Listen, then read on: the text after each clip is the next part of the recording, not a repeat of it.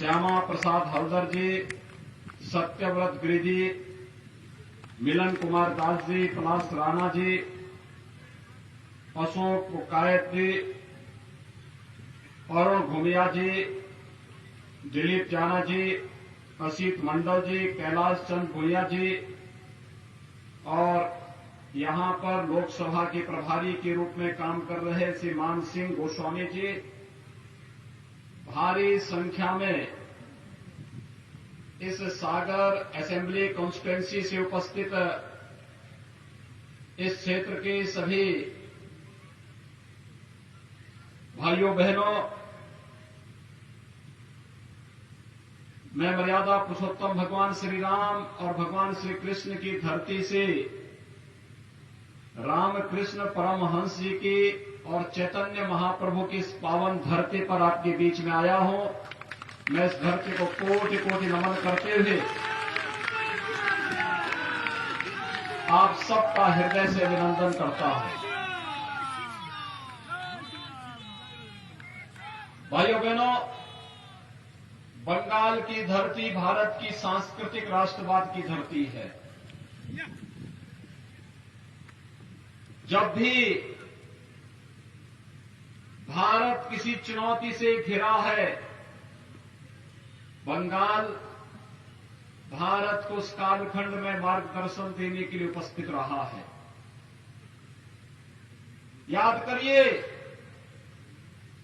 कवि चैतन्य महाप्रभु ने इस पूरे क्षेत्र में अपनी भक्ति से सनातन धर्म को जीवित रखने का कार्य किया था और कभी रामकृष्ण परमहंस ने अपनी साधना से बंगाल की धरती को एक नई ऊंचाइयां दी।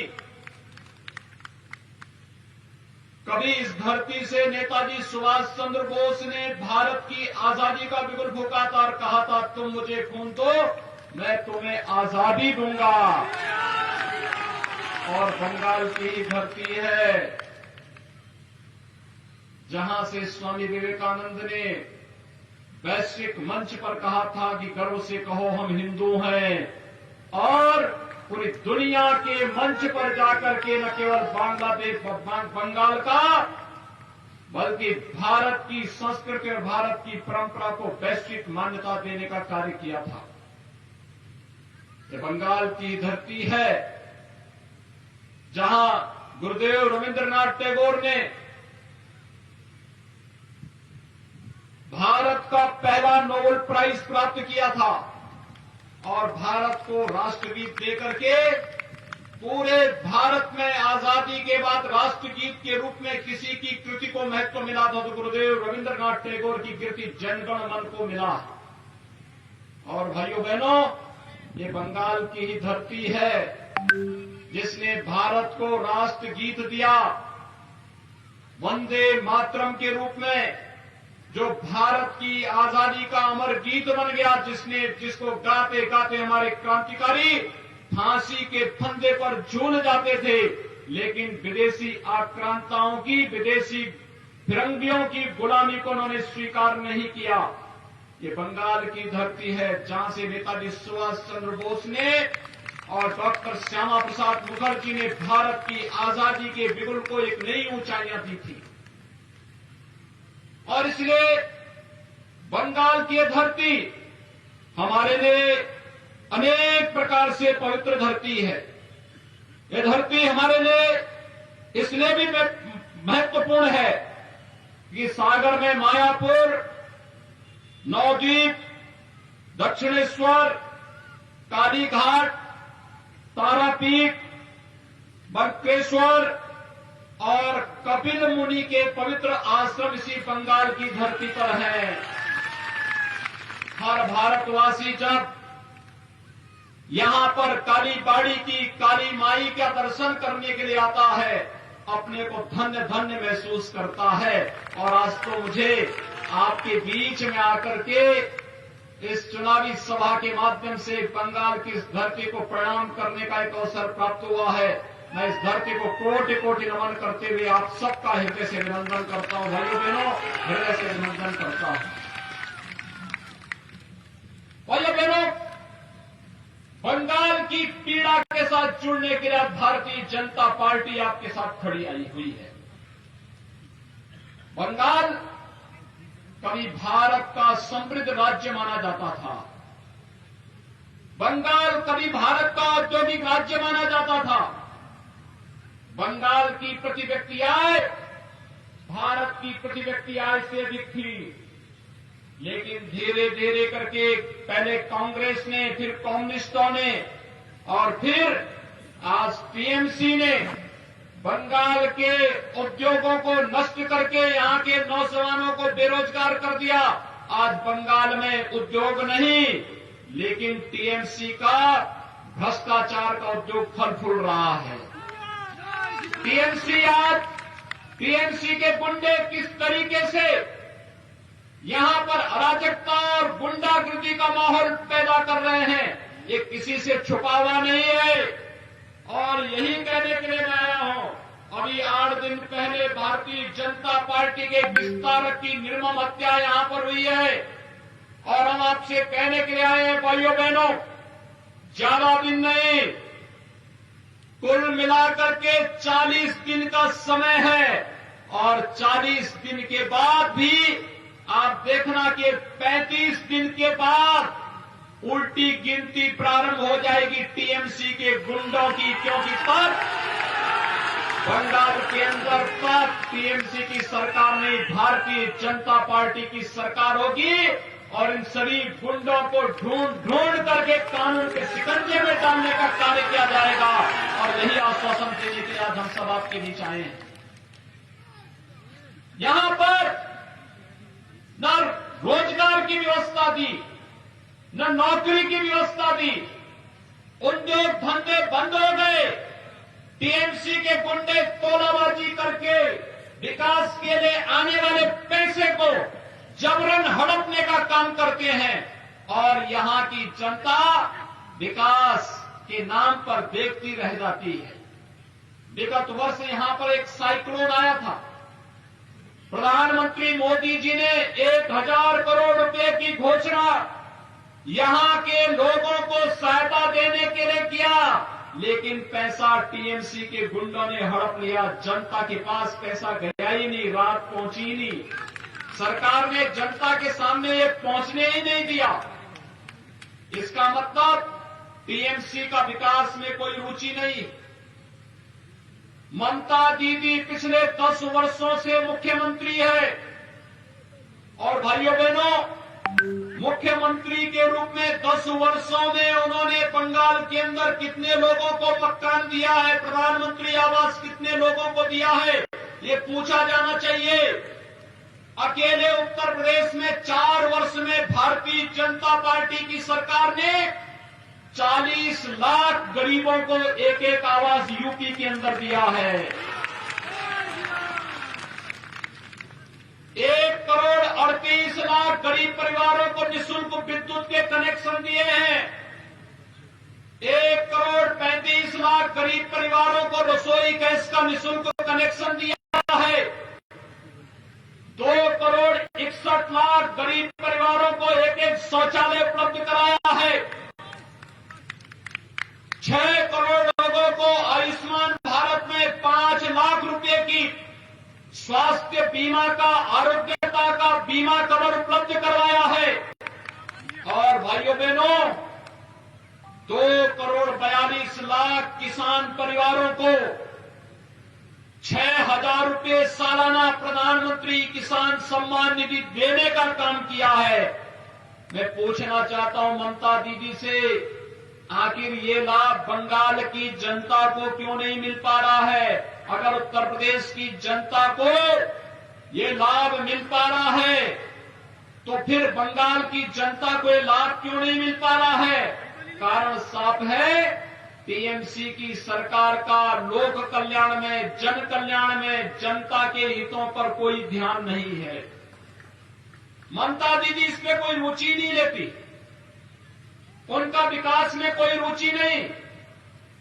न हाईवे, न रेलवे, न एयरपोर्ट, न एम्स, न मेडिकल कॉलेज, ये कुछ भी दीदी नहीं बनने देगी यहां, क्योंकि दीदी को तो एक ही काम करना है, अब तो दीदी इस भगवे कपड़े से भी घबराने लग गई है।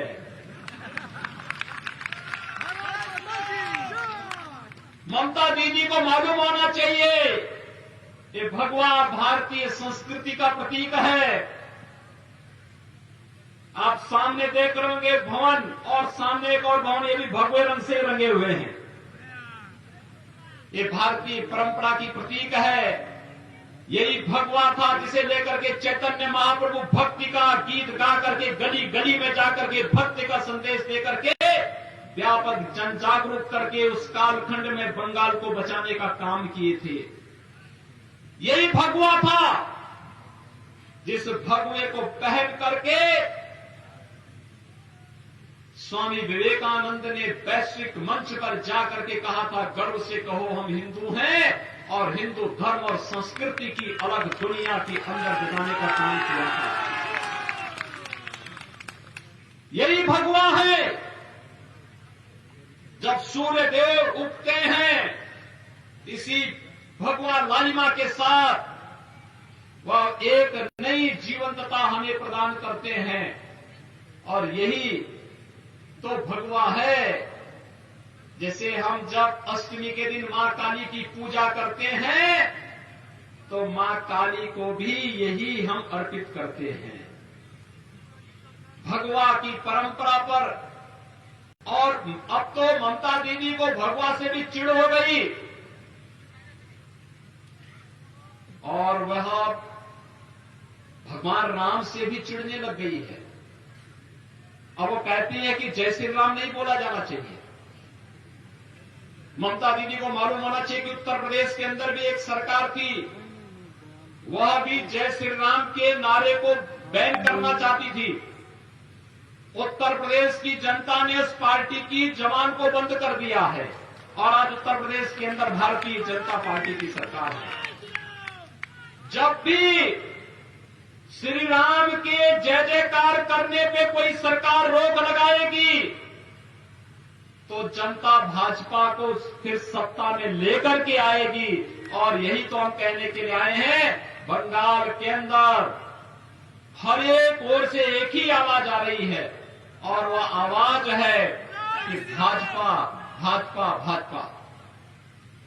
मोदी जी के नेतृत्व में आज पूरा भारत एक भारत श्रेष्ठ भारत की परिकल्पना को साकार कर रहा है।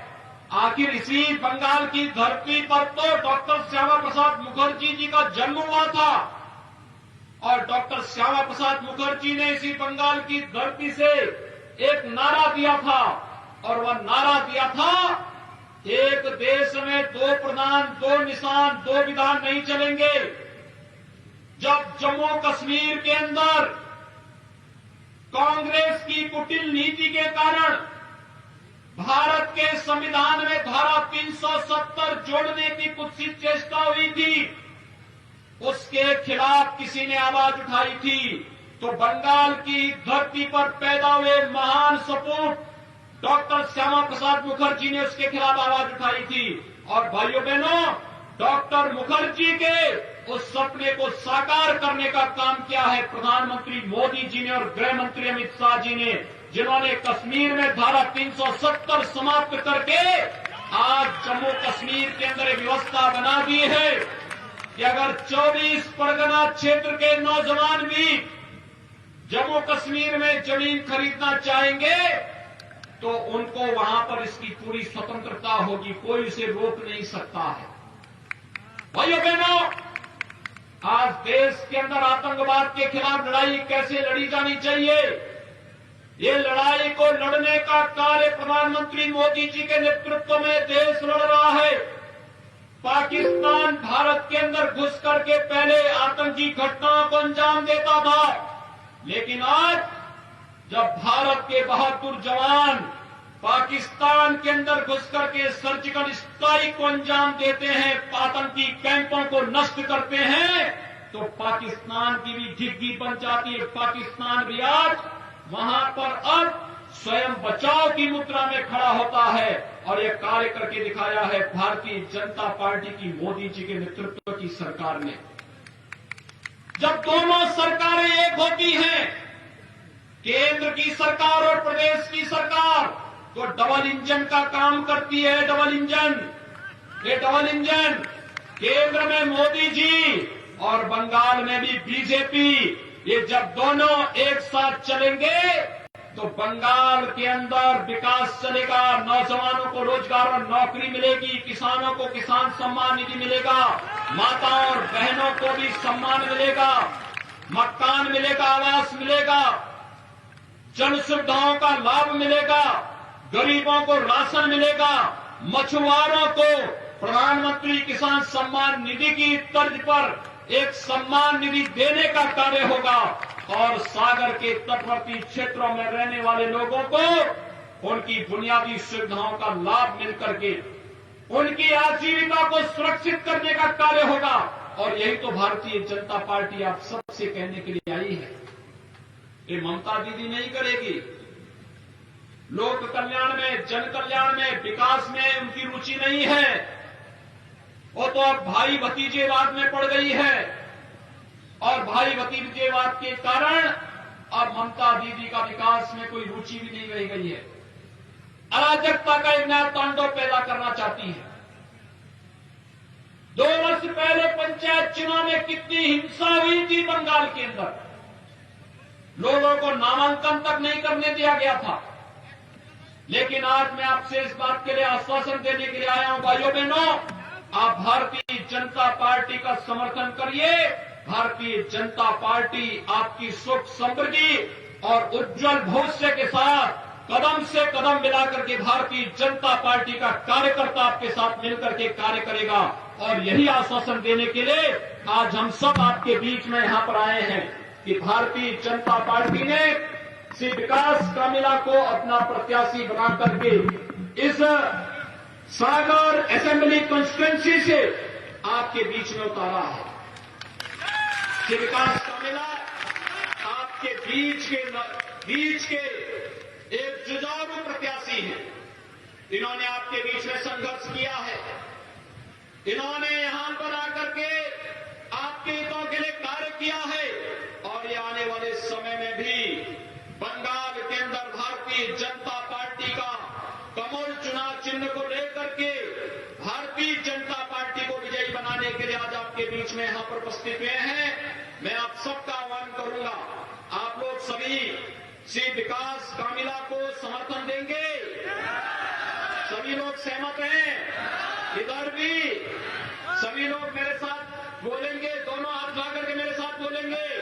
इधर भी उधर भी, जो भी जहां भी है मेरे साथ बोलेंगे। जय जय श्री राम, जय जय श्री राम, जय जय श्री राम।